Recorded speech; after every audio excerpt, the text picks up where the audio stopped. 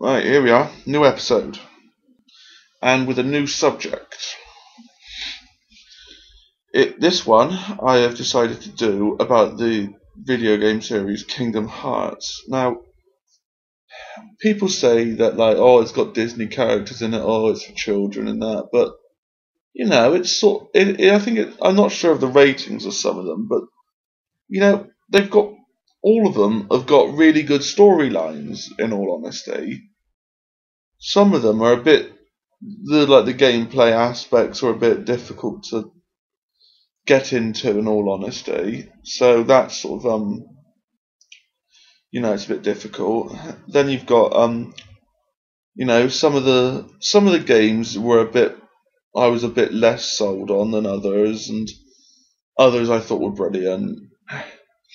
Uh yeah, so I'm not going to give out too much in plot details, because then it's sort of well, I was going to buy it, but now this person's just told me everything about what the game's about, so there's not much point. Um, it it basically involves you traveling to numerous Disney-based worlds where you meet characters of certain films and have to eradicate the darkness that is plaguing that world.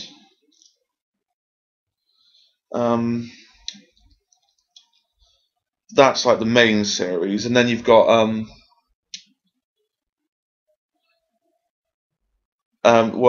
Kingdom Hearts Chain of Memories. Right, you've got to unlock your memories. Alright. I'm trying to do this with it whilst giving out as little information about the games as possible. 358 is about you collecting hearts.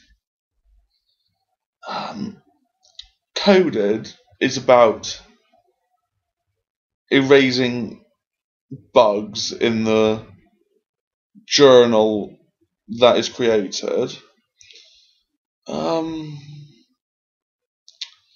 Dream Drop Distance is about you waking up the worlds from the realm of sleep, so to speak. What else is there? It's I'm trying to say as much as possible without ruining the storylines to it. So yeah, and in all honesty, they are good games in the sense of that the storylines are always very well thought out, and that they've made in the worlds they've made subtle adjustments to the actual story to make it work, so that you're not just playing through the film's storyline. You're playing through the storyline to the film, but with adjustments to it. Adjustments have been made to accommodate the characters and additional characters that have been created.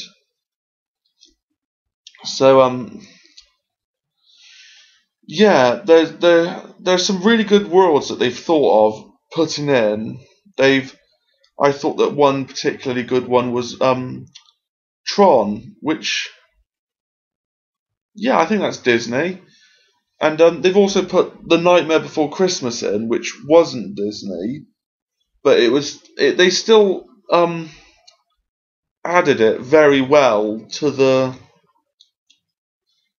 game without straying too far from the original characters, and they've still managed to keep them as close as you can get to the film, which they need to. They can't just completely create a new storyline, which would sort of make it a bit unnecessary, really.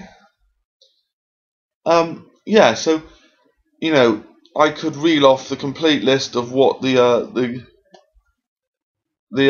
games involve, but then it's sort of it involves a lot of it's lots of plot twists and lots of like tearful moments, which I think is like it's sort of a bit it sort of adds something to the game. You sort of get more attached to the game if the storyline is good. If the storyline's crap and the controls are too difficult, you're just going to give up and just think, I'm not playing this, and then just go onto Wikipedia and look it up.